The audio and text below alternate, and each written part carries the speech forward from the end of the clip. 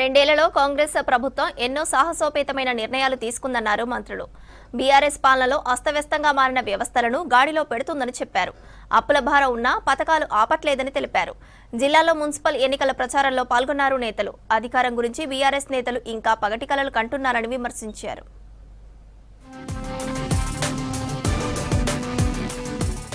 సింగరేణికి కొత్త గనులు రాకపోవడానికి బీఆర్ఎస్ సర్కార్ కారణమన్నారు మంత్రి వివేక్ వెంకటస్వామి. టెండర్లలో పాల్గొనకపోవడంతో కొత్త బావులు రాలేదన్నారు.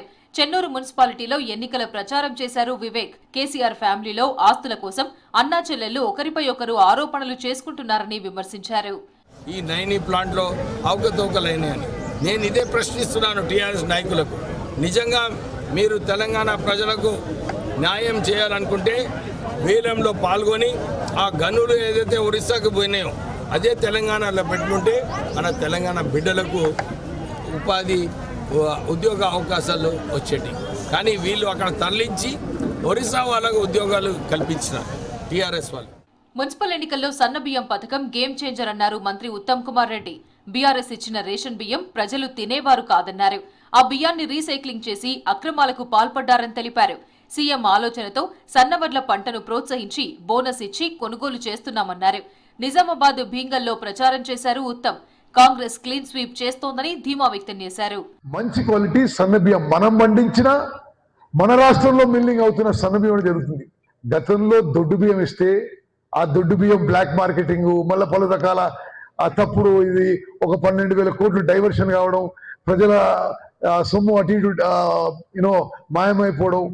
దాని నుంచి ఒక పారదర్శకంగా పబ్లిక్ డిస్ట్రిబ్యూషన్ సిస్టమ్ వ్యవస్థ ఒక ఆదర్శంగా భారతదేశంలో అన్ని రాష్ట్రాలు నిలబడింది. రాష్ట్రంపై అప్పుల భారం ఉన్న సంక్షేమ పథకాలను లోటు లేకుండా అమలు చేస్తున్నామన్నారు మంత్రి సీతక్క. బీఆర్ఎస్ 10 ఏళ్లలో చేసిన అభివృద్ధి శూన్యమన్నారు. నల్గొండ జిల్లా చిట్యాలలో మున్సిపల్ ఎన్నికల ప్రచారంలో పాల్గొన్నారు మంత్రి. సంక్షేమం అభివృద్ధి కాంగ్రెస్ తోనే సాధ్యమని, కారు గుర్తుకు ఓటేస్తే వృధా అన్నారు. 10 సంవత్సరాలు డబుల్ బెడ్రూమ్ ఇస్తామని చెప్పి ఇయ్యకపోవడంతో సంవత్సరానికి 1000 ఇల్లులు, ఒక నియోజకవర్గంలో 1000 ఇల్లులు ఇచ్చినా 10 ఏళ్లలో 10,000 ఇల్లులు వచ్చేది పాత ప్రభుత్వంలో. కానీ ఇయ్యలేదు. కానీ ఈరోజు సంవత్సరంన్నర క్రితమే పోయిన ఎండాకాలం ఏప్రిల్లోనే మరి ఏకకాలంలో 3,500 ఇల్లు ఇచ్చడం జరిగింది. తాను ఎవరికీ భయపడే వ్యక్తిని కాదన్నారు మంత్రి పొన్నం ప్రభాకర్. తెలంగాణ కోసం పార్లమెంట్లో కొట్లాడి వచ్చిన వ్యక్తినన్నారు. బీఆర్ఎస్ వల్లే ఆర్థిక వ్యవస్థ చిన్నాభిన్నమైందన్నారు మంత్రి తుమ్మల నాగేశ్వరరావు. తాము 2 ఏళ్లుగా ఎన్నో సాహసోపేతమైన నిర్ణయాలు తీసుకున్నామన్నారు. సిద్దిపేట జిల్లా హుస్నాబాద్ లో ఎన్నికల ప్రచారం చేశారు మంత్రులు. నేను ఒక గౌరవ శాసనసభ్యుని మంత్రిని, ఆ అనేటువంటి వాడు ఎన్నికలు ఎన్నడూ గెలవలే. నన్ను రారాపోరా కొడుతుండే ఒక అహంకారంతో బిడ్డ చెప్పినా ఇక్కడికి వస్తే గౌరవంగా వదిలిపెడుతున్నా, లేకపోతే పొలిమేర కూడా దారిని అని చెప్పిన నన్ను మర్యాదనే కదా.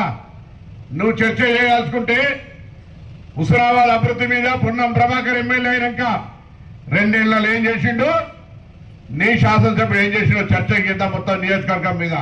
ఈ రకంగా మేము ప్రవేశపెట్టిన ప్రతి కార్యక్రమం కూడా ప్రజలకు ఉపయోగపడేటట్టుగా, నేరుగా లబ్ధిదారులు జేబుల్లోకి వెళ్ళేటట్టుగా ఈ ప్రభుత్వ కార్యక్రమాలు చేస్తుంటే అక్కసుతోటి, అసూయతోటి అధికారం కోల్పోయినటువంటి వాడు కొంతమంది, అధికారం కోసం ఆరాటపడేవాడు కొంతమంది, అబద్ధాలతోటి అసత్యాలతోటి ప్రజల్ని మభ్యపెట్టి ప్రతి ఎన్నికల్లో కూడా పంచాయతీ ఎన్నికలు వచ్చినాయి.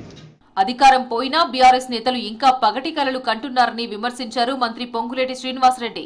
పవర్లో లేనోళ్లు పనులు ఎలా చేస్తారని ప్రశ్నించారు. మహబూబాబాద్ జిల్లా తొర్రూరులో ఎన్నికల ప్రచారంలో పాల్గొన్నారు పొంగులేటి.